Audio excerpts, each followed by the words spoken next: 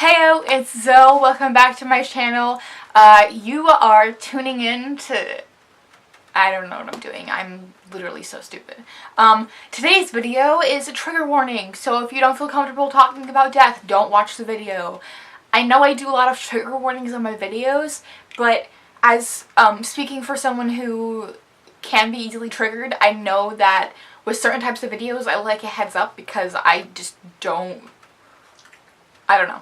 I got glasses. If you didn't see them in my last video, I found out that I needed glasses, and there I am. I got glasses. I don't know what else to say. So today we're going to be talking about death and what my experience with death is. So it started when I was a baby. I was born at 2 pounds and 11 ounces, 4.5 months not 4.5 months premature.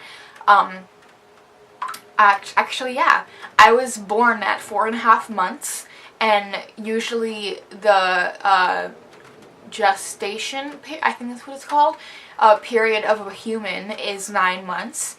And I did not stay in my mom's belly for 9 months. I only stayed in there for 4.5 months, and then they got me out C-section. What happened was I didn't have enough amniotic fluid, and usually there's an amniotic sac and a membrane, and that's the amniotic sac that holds the baby and gives it and makes it alive and like gives it nutrients and stuff. I didn't have enough fluid, and when your water breaks, that's the amniotic sac breaking, and then you go into labor. So my mom went into premature labor at 4.5. Actually, she went in earlier than that. Her water broke early. I don't know what it was. I'll try to find out and put it in the video, but her water broke too early, and then she had to go in the hospital. They had to monitor her 24/7. Because she was in premature labor. And that can happen for a number of reasons. I know there are certain like pressure points, and like sometimes they say certain spices can make you go into labor early. I don't really know if any of that's true, but I know that her reason was because she had placental detachment, I think. And her placenta detached and started actually rotting, so it gave her whole body an infection, and there was a risk for her to die and for me to die. So from the beginning, before I was even born into the world physically, they told my mom, she had me at 17 years old, actually at 18 years old, she had me 18, and they told her at 17 that her baby wasn't going to live. And when she actually found out she was pregnant, they really pried her and prodded with her to terminate the pregnancy, to I don't know what's the word, dispose of the fetus, which was me. But she didn't want that, and this isn't meant to, you know, be against abortion or anything. I'm just saying that my mom personally didn't feel that an abortion was the right thing to do for her and for her life, so she went through with the pregnancy and everything, and they didn't actually have a baby shower for me until I was already in the world, because I was born so early. They didn't have time to plan one, but I was actually the size of a Beanie Baby when I was born, and they could hold me in one hand. That's how tiny I was, and you could see through me. I had chest tubes. My lungs collapsed. I actually have scars on my breasts from the chest tubes. After I was born, I had pneumonia a couple of times, a couple of collapsed lungs. There were multiple times, my mom said, when they called her in the middle of the night to come to the hospital because I had trouble breathing, or because I had stopped breathing on my own. They had to put a breathing tube in, things like that.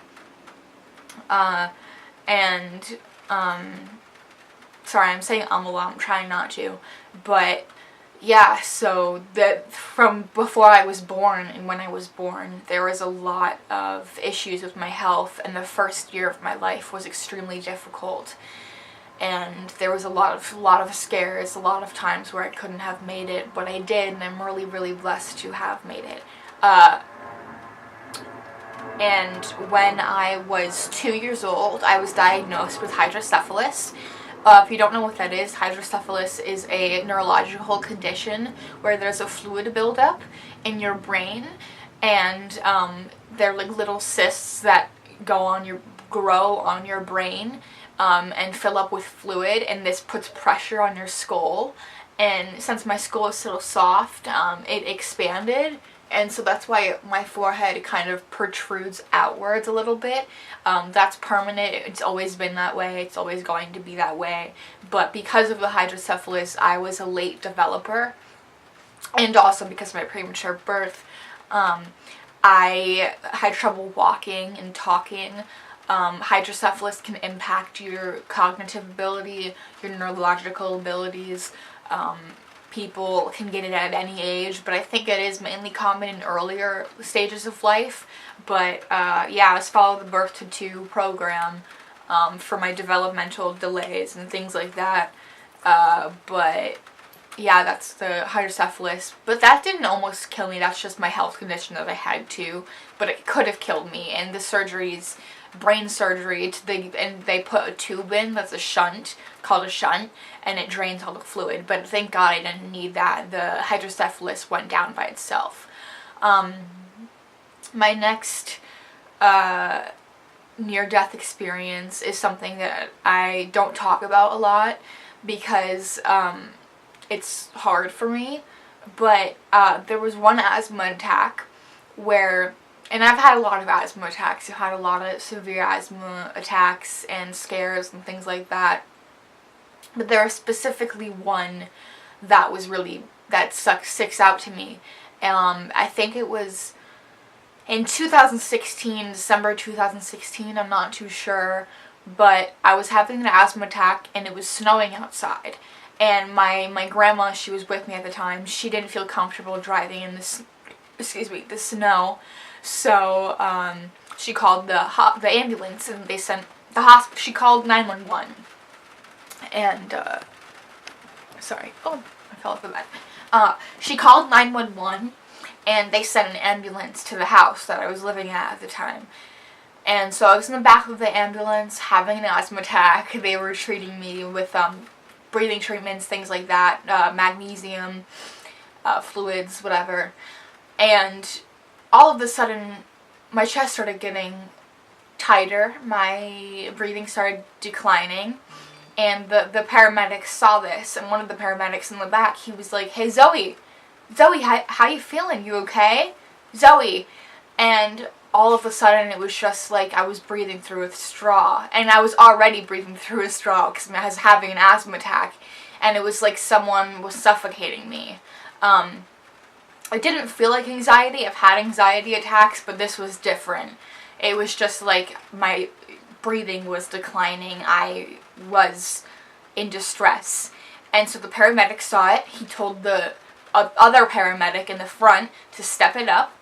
And the machine started going off. They told me that I started turning like blue because of oxygenation. So my lips I started going white, and my lips started turning purple blue.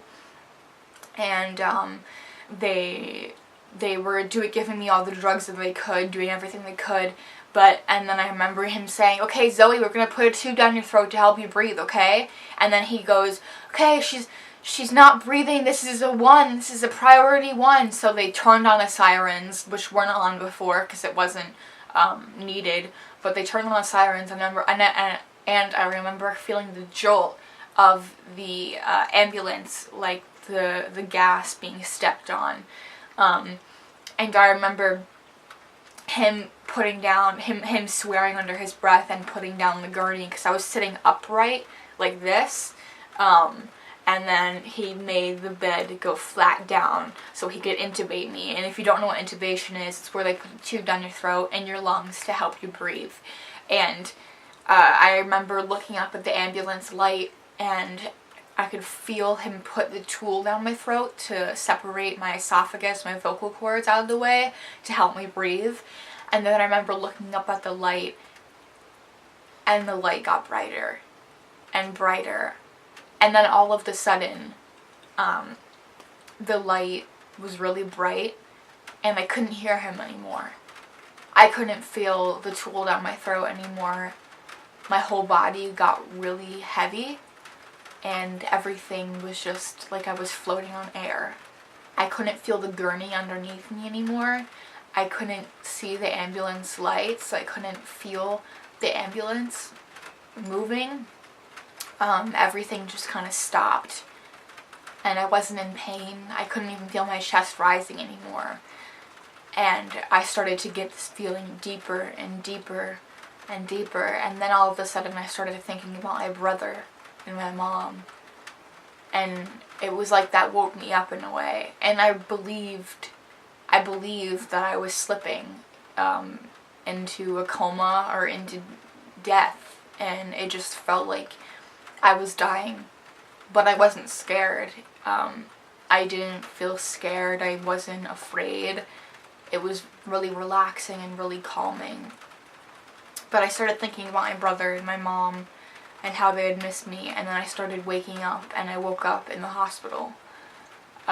We were actually moving down a hallway, and the paramedic was sitting on top of me. But it was like something out of a movie, man. I never experienced anything like that. But because of my experience, I am not afraid of death. I don't welcome it, but I'm not afraid of it anymore, of dying specifically. A lot of people are scared of dying, what it would feel like, what it would be like. But whether I was dying or slipping into coma or deoxygenation, whatever, I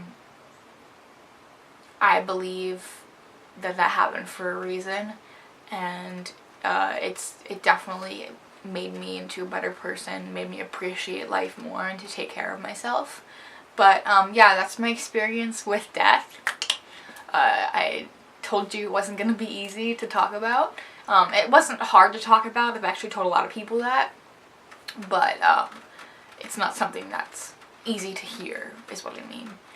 But yeah, so thank you so much for watching my video. If you want more videos like this, comment down below, and definitely subscribe to the family if you're not subscribed already to hear more about my story, about my health journey, see some of my acting stuff, etc, etc. But yeah, God bless you guys, and I'll see you in the next video. Bye.